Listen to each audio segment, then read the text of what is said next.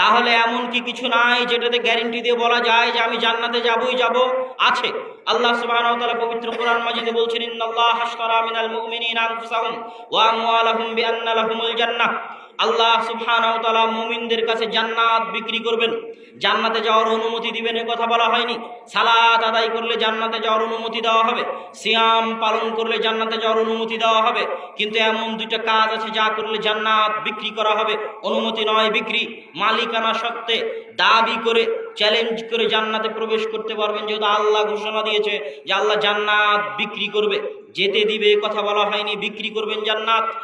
এক, আনফুসাহুম, কেউ যদি তার জীবন আল্লাহর রাস্তায় দিয়ে দেয় তাহলে আল্লাহ সুবহানাহু ওয়া তাআলা তার কাছে জান্নাত বিক্রি করে দিবেন জীবনের বিনিময়ে।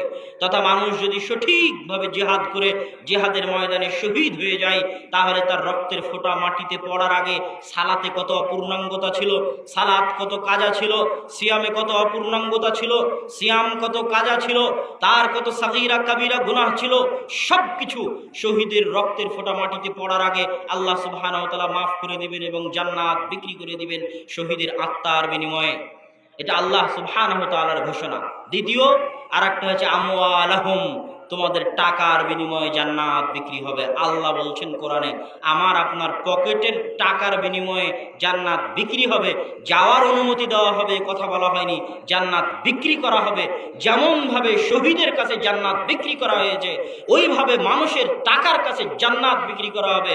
মানুষ টাকার দান দিয়ে কত সালাত অপূর্ণাঙ্গ ছিল সব সালাতকে মেকআপ করে ফেলবে, কত সিয়াম অপূর্ণাঙ্গ ছিল সব সিয়ামকে কভার করে ফেলবে, কত সাগীরা কবিরা গুনাহ ছিল সব সাগীরা কবিরা গুনাহকে কভার করে ফেলবে, মেকআপ করে ফেলবে টাকার জোরে কিয়ামতের মাঠে।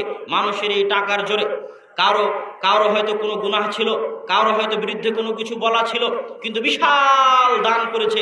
কিয়ামতের মাঠে মানুষ আসবে, ওর দান থেকে নেকি দিতে থাকবে, দান থেকে নেকি দিতে থাকবে, দিতে দিতে সালাতের অপূর্ণাঙ্গতা কভার, সিয়ামের অপূর্ণাঙ্গতা কভার, সব কিছু কভার হতে হতে দানের জোরে ওর কাছে আল্লাহ সুবহানাহু ওয়া তাআলা জান্নাত বিক্রি করবেন, টাকার জোরে আল্লাহ সুবহানাহু ওয়া তাআলা জান্নাত বিক্রি করবেন। এই কথার বাস্তবতা ইসলামের অন্যান্য হুকুম আহকামের মধ্যেও পাওয়া যায়। কিভাবে পাওয়া যায়? আল্লাহ সুবহানাহু ওয়া তাআলা দুনিয়াতে গুনাহের কাফফারা সিস্টেম দিয়েছেন। কোন মানুষ যদি গুনাহ করে তার কাফফারা সিস্টেম দুনিয়াতে আল্লাহ দিয়েছেন টাকার বিনিময়ে। কেউ যদি সিয়াম পালনরত অবস্থায় তার স্ত্রীর সাথে সাংসারিক জীবনে যায়, আল্লাহ বলছেন তাকে 60 দিন সিয়াম পালন করতে হবে। 60 দিন সিয়াম পালন করা সম্ভব না হলে 60 জন মিসকিনকে খাওয়াতে হবে। 60 জন মিসকিনকে খাওয়াতে টাকা লাগে। গোলাম আজাদ করতে হবে, গোলাম আজাদ করতে টাকা লাগে। অসংখ্য গুনাহের কাফারা আল্লাহ সুবহানাহু ওয়া তাআলা দুনিয়াতে টাকা দিয়ে মেকআপ করেছেন, টাকা দিয়ে কভার করেছেন। এই গুনাহ করেছো, এই টাকা দাও, এই গুনাহ করেছো, তার বিপরীতে এই টাকা দাও, টাকা দিয়ে কাফারা। দুনিয়াতে যেহেতু আল্লাহ সুবহানাহু ওয়া তাআলা টাকা দিয়ে মানুষের গুনাহের কাফারার ব্যবস্থা করেছেন, পরকালের মাটিতেও আল্লাহ সুবহানাহু ওয়া তাআলা টাকার বিনিময়ে মানুষের গুনাহের কাফারার ব্যবস্থা করবেন। মানুষের ইবাদতের অপূর্ণাঙ্গতা ক্ষমা করে দিবেন, মানুষের সিয়ামের সালাতের অপূর্ণাঙ্গতা ক্ষমা করে দিবেন। দুনিয়ার বুকে টাকার জোরে সঠিক উপায়ে হালাল উপায়ে টাকা ইনকাম করে অত্যাধিক দান করলে মানুষ টাকার বিনিময়ে আল্লাহর কাছে জান্নাত কিনে নিতে পারে।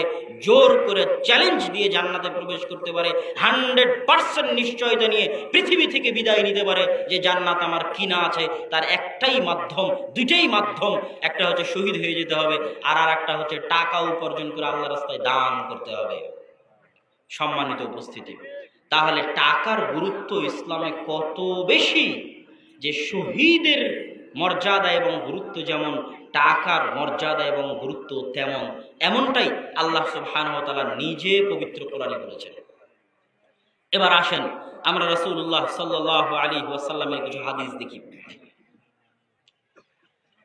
একদা একদল মুহাজির এবং আনসার, গরিব ফকির সাহাবী রাসূলুল্লাহ সাল্লাল্লাহু আলাইহি ওয়াসাল্লামের কাছে আসলেন। এসে রাসূল সাল্লাল্লাহু আলাইহি ওয়াসাল্লামের কাছে অভিযোগ করলেন যে ধনীরা দান করে তাদের থেকে এগিয়ে যাচ্ছে, তারা কি করবে? রাসূলুল্লাহ সাল্লাল্লাহু আলাইহি ওয়াসাল্লাম তাদেরকে 33 বার আল্লাহু আকবার, 33 বার সুবহানাল্লাহ, 33 বার আলহামদুলিল্লাহ এই তাসবিহ শিখিয়ে দিয়ে বললেন, এইটা তোমাদেরকে অতি দ্রুত জান্নাতে নিয়ে যাবে ধনীদের মতো। আমি হাদিসের সারমর্ম অনুবাদ করছি। সম্মানিত উপস্থিতি, আমরা বলছিলাম তখন ওই গরিব ফকির মিসকিন মুহাজির এবং আনসার সাহাবীরা রাসূল সাল্লাল্লাহু আলাইহি ওয়াসাল্লামকে বলেন, হে আল্লাহর রাসূল, আমরা যদি 33 বার সুবহানাল্লাহ বলি, 33 বার আলহামদুলিল্লাহ বলি, 33 বার আল্লাহু আকবার বলি, তো ধনীরাও তো বলতে পারে।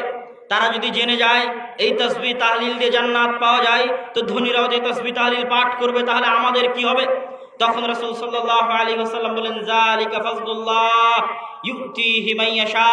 শুনে রাখো দুনিয়ার মানুষ, ধন সম্পদ আল্লাহর দেওয়া দয়া, ধন সম্পদ আল্লাহর দেওয়া রহমত, ধন সম্পদ আল্লাহর দেওয়া করুণা।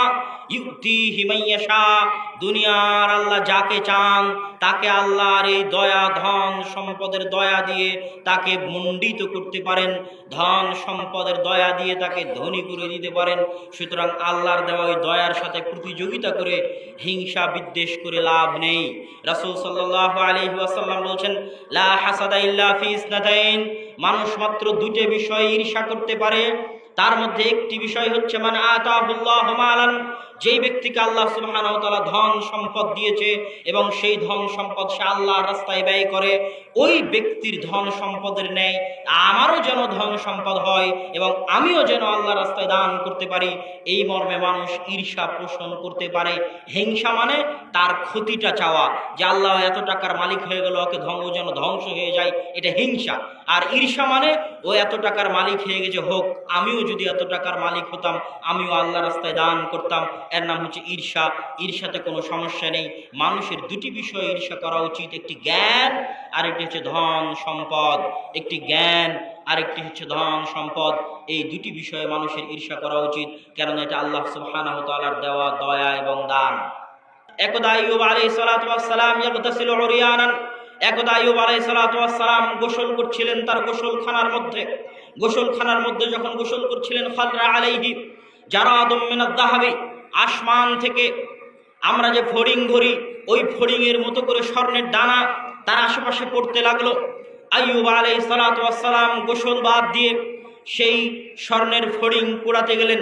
তখন আল্লাহ সুবহানাহু ওয়া তাআলা, হাদিস সহিহ বুখারীর হাদিস, তখন আল্লাহ সুবহানাহু ওয়া তাআলা আইয়ুব আলাইহিস সালাতু ওয়াস সালামকে লক্ষ্য করে বলছেন, আলাম আকুন আগনিকা আম্মা তারা, হে আইয়ুব, তুমি যেই স্বর্ণ কুড়াতে যাচ্ছ, এই স্বর্ণ কুড়ানো থেকে আমি কি তোমাকে ধনী করে দেইনি? আমি কি তোমাকে এত টাকা পয়সার মালিক করে দেইনি যেই স্বর্ণ তোমাকে কুড়ানো লাগবে না? এই স্বর্ণের কাছে ছোট হয়ে ফকিরের মতো, মিসকিনের মতো স্বর্ণ কুড়ানো লাগবে না, এরকম ধন সম্পদের মালিক কি আমি তোমাকে করে দেইনি? আইয়ুব আলাইহিস সালাতু ওয়াস সালাম বললেন, বালা ইয়া রব, হ্যাঁ হে আমার প্রতিপালক, আপনি আমাকে ওই পরিমাণ সম্পদের মালিক করে দিয়েছেন যে এই আসমান থেকে পড়া এই স্বর্ণের ফড়িং, স্বর্ণের দানা কুড়ানোর আমার প্রয়োজন নাই, এই পরিমাণ আপনি আমাকে ধনী করে দিয়েছেন। তবে লা গিনা আলি আন বারাকাতিক, আমাকে যদি আপনি আরো ধনী করে দেন, আরো কোটিপতি করে দেন, আরো লাখপতি করে দেন, সারা পৃথিবীর সকল ধন সম্পদের মালিক করে দেন, তবু সারা পৃথিবীর সকল ধন সম্পদের মালিক করে দেওয়ার পরেও আপনার রহমত এবং আপনার বরকতের আমি ভিখারি, আমি মিসকিন, আমি ফকির, সারা পৃথিবীর মালিক হয়ে গেল, পৃথিবীর সবচেয়ে বড় ধনী হয়ে গেল, আপনার রহমত এবং আপনার বরকতের সামনে আমি ফকির এবং মিসকিন। আর আসমান থেকে যেই স্বর্ণের মুদ্রা পড়ছে, স্বর্ণের ফড়িং পড়ছে, এটা আপনার দয়া, আপনার দান, আপনার রহমত। আমি আইয়ুব কেমনে নিজেকে টাকার মালিক মনে করে আপনার দয়া এবং আপনার দান থেকে মুখাপেক্ষী হতে পারি? এটা কোশ্চিনকালও আমার পক্ষে হওয়া সম্ভব নয়। আমি অহংকারী নই, আমি যতটুকুর মালিক এটাও আপনার দয়া। সারা পৃথিবীর মালিক হয়ে গেল, যদি আপনার একটা দয়া পাওয়ার সুযোগ থাকে, আমি নিজেকে ওই দয়ার সামনে ফকির দেখাতে চাই, ওই রহমতের সামনে মিসকিন দেখাতে চাই। ওই একটা টাকা, যে একটা টাকা আপনার দয়া এবং আপনার রহমত, তার সামনে ফকির এবং মিসকিন। সম্মানিত উপস্থিতি, বহু যুবক আছে, তাদের এই হাদিস থেকে শিক্ষা নেওয়া উচিত। যারা অনার্স মাস্টার্স পাশ করার পর প্রেস্টিজের ভয়ে ইনকাম করতে নামে না, শুধু চাকরির প্রয়োজন, চাকরি ছাড়া তাদের কাছে রাস্তাঘাটে গিয়ে কাজ করা, বাজারে গিয়ে বাদাম বিক্রি করা, রিক্সা চালিয়ে টাকা ইনকাম করা, এগুলো তাদের প্রেস্টিজে বাঁধে। তাদেরকে মনে রাখতে হবে এমন কোনো উপায়, যে উপায়ে একটা টাকা মানুষ হালাল উপায়ে ইনকাম করতে পারে, ওই একটা টাকা হালাল উপায়ে ইনকাম করা কার দয়া? কথা বলতে হবে, কার দয়া? আল্লাহর দয়া। আপনি যত বড় ডিগ্রিধারী হন, যত বড় অনার্স মাস্টার্স পাশকারী হন, একটা টাকা মাথার ঘাম পায়ে ফেলে উপার্জনের উপায় থাকলে ওই একটা টাকা উপার্জনের জন্য চেষ্টা করাই আল্লাহ সুবহানাহু ওয়া তাআলার আদেশ, চেষ্টা করাই আল্লাহ সুবহানাহু ওয়া তাআলার দয়া এবং আনুগত্যের কাছে আমাদের নত থাকার প্রমাণ। এমনটাই আল্লাহ সুবহানাহু ওয়া তাআলা পবিত্র কোরআন মাজিদে বলেছেন, ফাইদা কুজিয়াতিস সালাত ফান্তাশিরু ফিল আরদ ওয়াবতাগু মিন ফাযলিল্লাহ।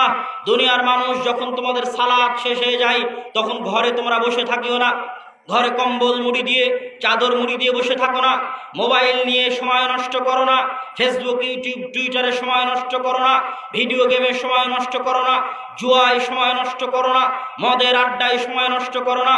যখন তোমাদের সালাত শেষ হয়ে যাবে, শুনে রাখো, ফান্তাশিরু ফিল আরজ, জমিনে ছড়িয়ে পড়ো। জমিনের প্রতি ইঞ্চি মাটিতে আল্লাহর দয়া আছে। 1 ইঞ্চি মাটিতে একটা ধান বপন করলে গাছ হবে, ওই প্রত্যেক ইঞ্চি মাটিতে আল্লাহর দয়া আছে। প্রত্যেক মুসলমানের জরুরি কর্তব্য হচ্ছে সালাত শেষ হয়ে গেলে টাকা উপার্জনের জন্য হন্যে হয়ে চেষ্টা করা, হালাল উপায়ে। কেন? আল্লাহর বরকত ওঠে, আল্লাহর রহমত ওঠে। আমি টাকার মালিক হয়ে ধনী হব এই নিয়তে নয়, আল্লাহর রহমত এবং আল্লাহর বরকত। একটা টাকা আল্লাহর রহমত, একটা টাকা আল্লাহর বরকত, এটা আমি বলিনি, আল্লাহ বলছেন ওয়াবতাগু মিন ফাযলিল্লাহ। সালাত শেষ হয়ে গেলে জমিনে ছড়িয়ে পড়ো। জমিনে যেখানে হালাল ইনকামের উপায় আছে ওঠে আল্লাহর রহমত, ওঠে আল্লাহর বরকত। তুমি যদি ছড়িয়ে না পড়ে ঘরে বসে থাকো, তুমি অহংকারী কোনোদিন ধনী হতে পারে না। একটা টাকার সামনে নত হয়ে আল্লাহ সুবহানাহু ওয়া তাআলার রহমত এবং বরকত মনে করে যে চেষ্টা করবে, তার পক্ষে ধনী হওয়া সম্ভব।